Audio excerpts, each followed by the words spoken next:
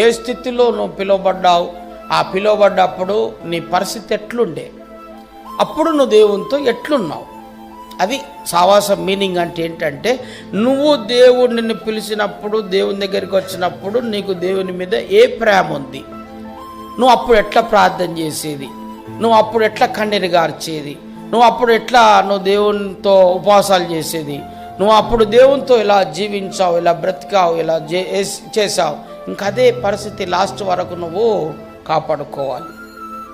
ఏ స్థితిలో నువ్వు పిలువబడ్డావో ఆ స్థితిలోనే చివరి వరకు నిలబడాలి. కార్యారంభము కంటే కార్యారంతము మేలు. మొదటను మొదలుపెట్టినటువంటి ఆత్మీయత అది చివరి వరకు కొనసాగాలి, అది చివరి వరకు ఉండాలి. నీ లైఫ్లోకి మిశ్రిత జనం బాగా వస్తారు, మిశ్రిత జనం నీ మధ్యలో బాగా చేరుతుంది. చాలా స్నేహాలు పెరుగుతున్నాయి ఈ మధ్యలో. నీ ఆత్మీయతను పోగొట్టుకుంటావా?